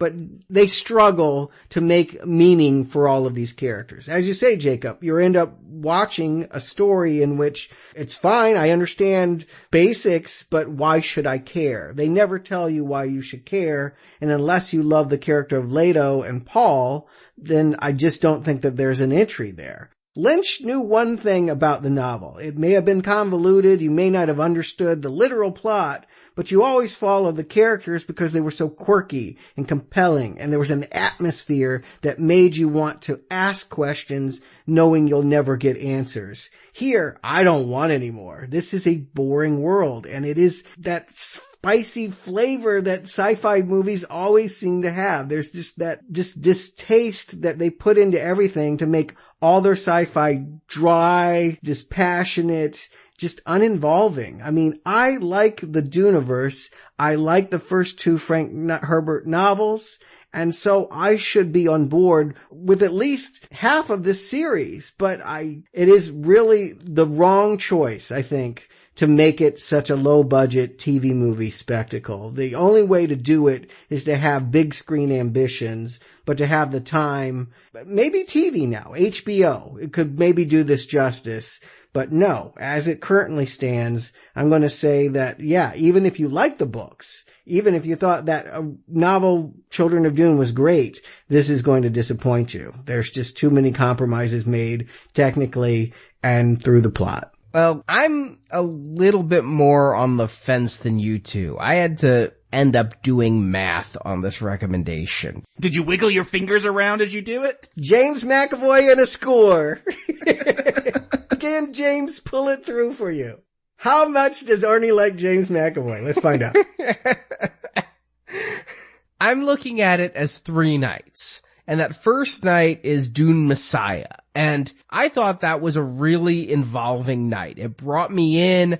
I was intrigued. It moved quickly. I didn't follow all of it. And that is a problem. There's so much going on. I feel like I have to read the book or have some cliff notes to really get everything they're talking about. But I enjoyed the night overall. I thought it was dramatically fulfilling as an end to Paul Muad'Dib's arc. I didn't realize he wasn't dead, but I walked away from that night being like, well, I don't feel like it needs a sequel. I don't feel it left me on much of a cliffhanger for night 2, but I liked what I saw. And then night 2 came, and yeah, I liked that as well, with McAvoy and the setup of the plots and the return of the Baron. I was really brought in by this third era of the Dune saga and what was happening there. And then it started to suffer the same fault of the first Dune miniseries of what's going on. I'm becoming disinterested. Plots within plots become just confusion within confusion. Why is he playing with his worms? What the hell is he doing with the bad special effects running? The third night is a hell of a disappointment in my mind. But that's 2 nights recommend, so I'm gonna give this a recommend. You recommend, like, people should see this. I would just want to make sure I heard that right. Yeah, absolutely, yeah. Yeah, I think it's worth seeing. I think there's more good here than bad. And having watched this, I said at the last one, when I watched the Dune miniseries, it made me intrigued about Dune, but I would never pick up a book. Well, now this has deepened my intrigue even so much more that I've decided I will listen to an audiobook. I'm not gonna actually flip pages, but while I'm at the gym or taking photos or whatever, I'm going to investigate what Frank Herbert wrote, because I like what I'm seeing as like a trailer for something that will explain all the stuff I'm not getting. I think to a certain point, there will be answers for you, but I feel like there are open-ended questions, and that if your idea is that somehow someone will make all of this make sense, I think you're still headed for heartbreak there. And that makes me want to go back to Lynch and just say why I feel like his version is so preferable. Because again, yes, it doesn't make sense. Yes, the story is convoluted, but ultimately, that's okay. I mean, Dune, you're gonna feel that way. And particularly, even when you read the novels, things just won't pan out. And so, it's really a question of, do you want to spend time in that world? The art direction, the sound design, the score, all of those elements are what are going to hold me. And that is the only one that feels cinematic to me. These TV movies feel bland and blah. And I can't imagine that you'd want to sit through any more of this style of filmmaking. I actually do. First of all, keep in mind, I made damn Sci-Fi for their movies, but I really loved the first few seasons of Battlestar Galactica, which came shortly after Children of Dune. In fact, I think I remember seeing the Children of Dune ads while watching Battlestar Galactica, and maybe it was a rerun, but I saw the ads, and it seemed like these had similar effects, and I'm actually disappointed that this is the end of our Dune discussion. I mean, I walked away from here like, he's a worm now? What does that mean? What is next? I had to race to a wiki because I don't get answers in a movie next week. Or you could go to my Books and Nachos. It's not out yet when we're recording this. I am so eager to hear those book reviews because these miniseries, more than Lynch's movie, has interested me in the books. But You know, I feel bad for Jacob because he didn't like any of it. I like the miniseries, you like Lynch, but Jacob, you've been suffering through. But I may get my answer. As we were planning this recording, I had done some research and found out the guy who made these miniseries still owned the rights to Dune, but I was shocked to see it's now coming back as what? They said TV and film or something? Legendary Pictures, who is behind a whole lot of movies we've covered, and Godzilla, and just lots of superhero, science fiction, all that kind of stuff. Big budget, big entertainment stuff. They have the property now, and they are going to develop it. How they choose to develop it remains a mystery. It will probably depend on who signs on. I know at one point they had approached Peter Berg, and then he made Battleship, and he's probably not in the running anymore. I hear the latest is the director of Arrival really is interested in this. So he's got a lot of Oscar clout, and I think they might let him, and so that would be interesting because I think his sci-fi is more cerebral, and while Legendary Pictures might want to play up action and adventure, I do think there's a heady component to Dune's sociology that it won't play as pure action film. It just cannot. Some of these concepts, they are all cerebral, and I think you need a director that can work that balance. And so I guess Dennis, and I'll probably slaughter this name, Villeneuve is probably going to be the one to mount it. I know right now he's working on Blade Runner 2, so if that's a hit, I bet you they give him Dune. I look forward to seeing Leto the worm creature and see where he goes. It's gonna have to be a really successful franchise to get that far. Or it could be TV. I mean, I really think that is ultimately how you tell the story. You break it apart, you don't make it so Paul-centric, and you just take your time to mount the story of Muad'Dib from lots of different character vantage points, and that we can learn about Fremen plots and all these other worlds naturally, incrementally. And for me, if it's gonna be excess, I gotta know why to care, because I think that's ultimately why even Lynch's, which I think is the best of these Dune films we've seen, failed for me, is I never found a reason to care about this universe. And it looks cool. There's cool ideas there. I want to care about it. So I hope they're able to mine that out of these heavy plots and present that. Yeah, for my money is you're still best. If you really want to understand the world and know the hooks, you gotta crack open a book. That you go back to the Frank Herbert novel and the answers are there. It's a great book. And hopefully it's a great series. I don't know. I'm only 3 books in. I've liked 2 of them. 1 not so much, but they're leaving that trilogy behind, and I will, for the next 3 weeks, be covering the other 3 Frank Herbert novels, which are God Emperor of Dune, Heretics of Dune, and Chapter House Dune. And do we know why they didn't make any more miniseries, or specifically, Stuart, do you know why they didn't make any more miniseries? Because this was another rating success. Why'd it die? Well, I think 2 things. Sci-Fi didn't need it. Battlestar Galactica took off and was a big hit, and suddenly they had something that was bigger than Dune, and they just didn't need to go back. And 2, there's no answer for how to do God Emperor of Dune. It is largely plotless, and to leave all the characters you know behind for a worm just doesn't sound like something that a majority of people want to turn into. That worm creature does sound like something that's shown up on Sci-Fi already. Yeah, but not in this kind of movie. Not to be taken seriously. We want to see him eat Pamela Anderson. We don't want to hear what he thinks about what we should be doing with our lives. Please, they can't afford Pamela Anderson. Tara Reid is who they're affording. Here, Kirsty Swanson needs a job.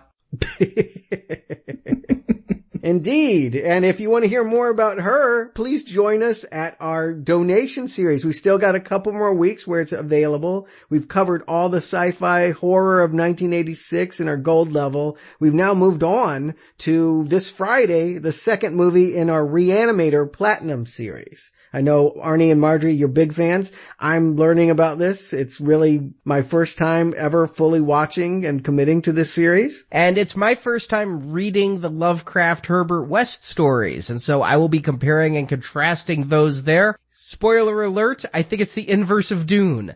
The movies are better than the book. But yes, I go into all of that in our review. But we're coming to the end of our donation drive. We just have a few weeks left in the year. The donation drive ends at the end of the year. We could really use your support. And there's up to 16 bonus movie reviews as a thank you to those who donate. But even if these 16 don't jazz you, and we really hope they do, and God knows we've got a lot of acclaim for our Deadly Friend review.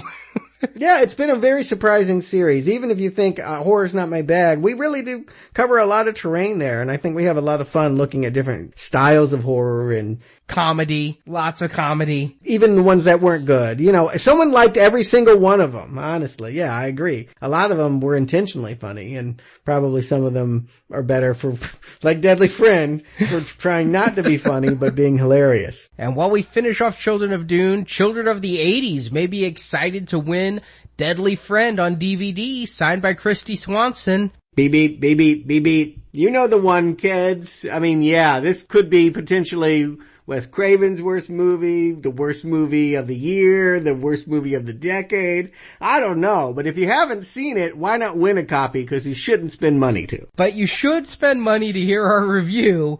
It's been lauded as our best of the year or our best ever by some listeners, but you don't have to donate to win this DVD. In our forums, there's a thread where you can post what movie is your favorite that we're covering in this fall donation drive. And by posting, you're entered to win. If you want a direct link to that forum thread, head to nowplayingpodcast.com, go to the Deadly Friend page in the archives. There's a link right there to our forum thread, and you don't have to donate to win. So we want to know which of these movies is your favorite. Is it Deadly Friend for guilty pleasure reasons? Is it Reanimator? Is it The Fly from the 50s or The Fly from the 80s? Just let us know, and you are entered to win this DVD. And this contest ends December 31st, so don't delay. But yeah, we could really use your support. Head to nowplayingpodcast.com/donate. And help us out before the year ends. And that helps us to do more weekend of releases. Like next week, we're leaving Arrakis and going to Yavin. We're going back to the galaxy far, far away. This franchise Lynch decided wasn't worth his time, Star Wars. Yeah, it's only been a year since we covered all those films, but it does feel like it was a long time ago and far, far away. I don't know what this one is, and I'm curious to know, is it going to be connected with the movie we watched last year? And will it be up to the standards that you as Star Wars fans really need it to be? I'm more excited for it than I was for The Force Awakens, believe it or not. So we'll have that review next Tuesday, and Bride of Reanimator in between. We'll get back to Lynch in 2017. I know people are wondering, when are we going to cover Blue Velvet? But yeah, after Rogue One, we are also going to continue in our sci-fi vein, and for 6 weeks, building up to the weekend release of the final chapter, covering the Resident Evil series. I played the video game. I've seen one of those movies, but I don't know. It's new territory for me. I bet you never wanted to see more after you saw the one, right? It was a perfectly mediocre Alien ripoff, as I recall. Well, it's from the director of Alien vs. Predator, so it's gonna be fun. Yep. So Jacob Stewart, thank you for joining me, and we'll be back Friday with Bride of Reanimator, because the podcasts must flow.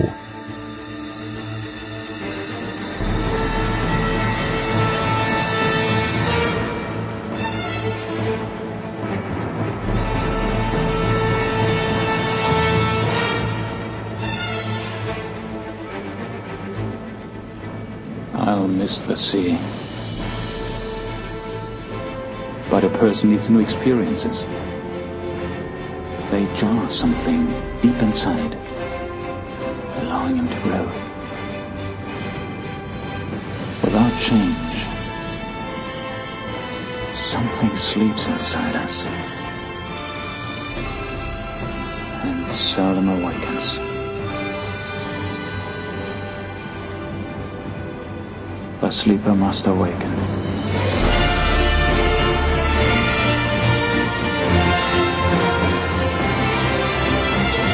Thank you for listening to this episode of Now Playing's Dune Movie Retrospective Series, and we hope you've enjoyed the show.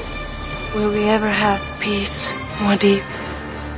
We'll have victory. Now that you've heard the movie review, head to booksandnachos.com to hear Stuart's reviews and analysis of Frank Herbert's original Dune novels. I've thought of many pleasures with you. Come back to NowPlayingPodcast.com to hear our reviews of other films such as Blade Runner, Ocean's 11, The Shining, the James Bond films, and more. Find hundreds of movie review podcasts at NowPlayingPodcast.com and come back each week for another new movie review. This place is changing me. It's the spice. It's in the air we breathe, in the food we eat. I can't escape it. Also at NowPlayingPodcast.com/book, you can order Now Playing's film review collection, Underrated Movies We Recommend. This book has 125 reviews about films you probably haven't seen, but you should. Whatever the need, we have the breed. Want to take part in the discussion? Join the Now Playing hosts at our forums where you and the other listeners can give your thoughts on this movie review. The link to our forums is at NowPlayingPodcast.com. Paul. Men are waiting. Me? Right now? It's time you participated.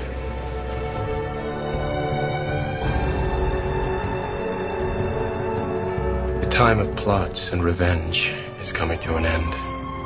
Support from listeners like you help keep Now Playing operating. Health and long life are the gifts of the spice.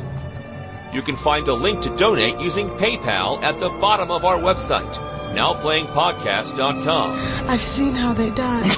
I'm dead to everyone unless I try to become what I may be. You can also help out Now Playing by leaving us a 5-star review on iTunes. A link to Now Playing's iTunes listing can be found at NowPlayingPodcast.com. Remember, one thing to gain control of your perceptions, quite another to gain control of your desires. And if I succeed? You'll find reality to be quite a bit different than you thought. Now Playing is produced by Arnie Carvalho.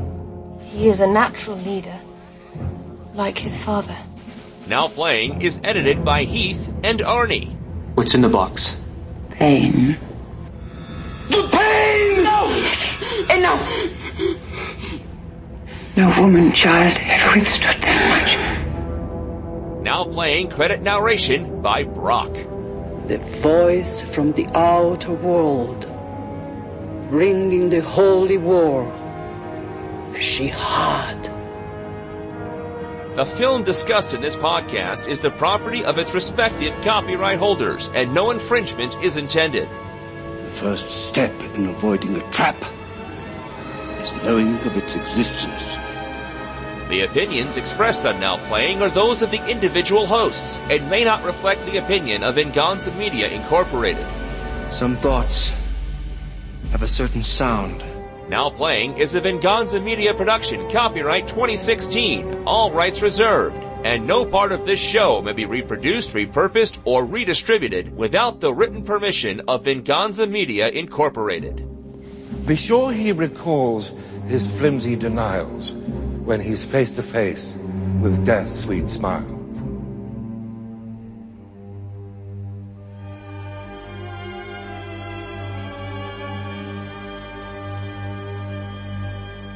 The saga of Dune is far from over.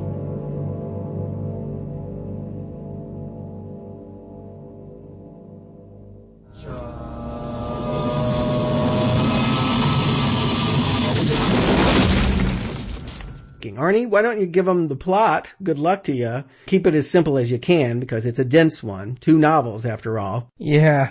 Set a spell. Kick your shoes off. And literally, I'm going to need you guys to make sounds like every 5 minutes, or I just take off my headphones and monologue. It's going to take more than 10? It might. I mean, we got the whole podcast to get into nuance. I mean, keep it high level. And the sad thing is I do, but there's 2 books here. It's 12 years after the events of Dune, and Galactic Emperor Paul Atreides, also known by his Fremen name Muad'Dib, also known by his... Muad'Dib. It's not Muad'Dib, it was Muad'Dib in Lynch's. Here it's Muad'Dib, and because I tried to not say Muad'Dib, I ended up with Muad'Dib. It's gonna end up being like Little Debbie. Just get it all wrong. It'll make it more fun. We'll have more laughs. But Wensica, played by Susan Sarandon, has partnered with the Spacing Guild, the Jedi Bezzer... I'm just gonna let you too. I'm not gonna correct. The Jedi Bezeret? Yeah. Where do you pronounce it again? Jezebezeret? Jezebezeret? Bene Gesserit. Bene Gesserit, yeah. Not Jedi. Uncle Ben's. Bene Gesserit. The sad thing is, I was having a religious discussion. I kept wanting to bring up the Bene Gesserit in the middle of it. Like, wait, that's not real. Well, I mean, you could use the voice. And the Bene Gesserit Reverend Mother, as well as a face dancer named Seitel, to overthrow Muad'Dib. Did you say a face dancer? Yeah. Yeah, it's a face dancer, right? Yeah. I don't even know who you're talking about. I missed anything about face dancing. This is gonna be so much fun. More fun than the movie. I'm just like pointing out, yeah, that actor in the background, he's really important. Yeah, that was a whole plot. That was a thing. You're gonna remember the face dancer before I get done with the next paragraph. All right. Wait, real quick, is the face dancer the rapping midget? No. Oh. He's his friend. Jacob's obsessed with the face dancer. I totally missed that phrase.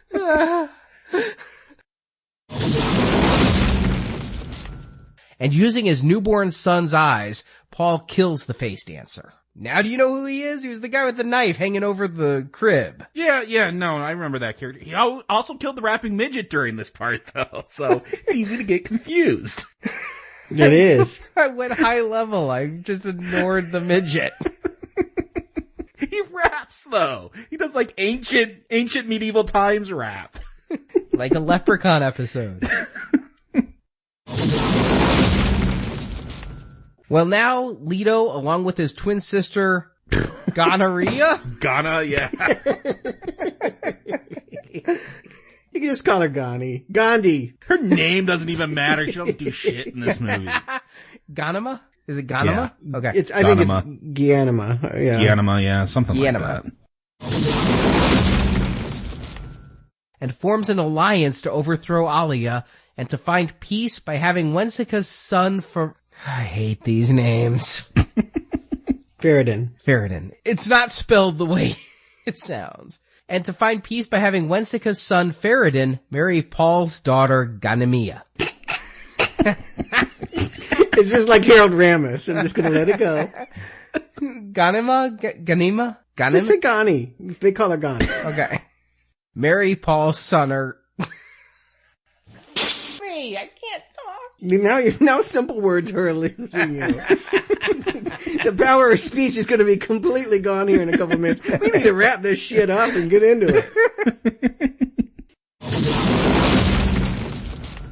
No, it's never really explained. It's just gotten so bad now. There's 3 choppers and 2 ambulances. That? It's just, I can't. Oh, okay, ambulance. I don't know when I'll be able to speak. You need to speak. You read the books.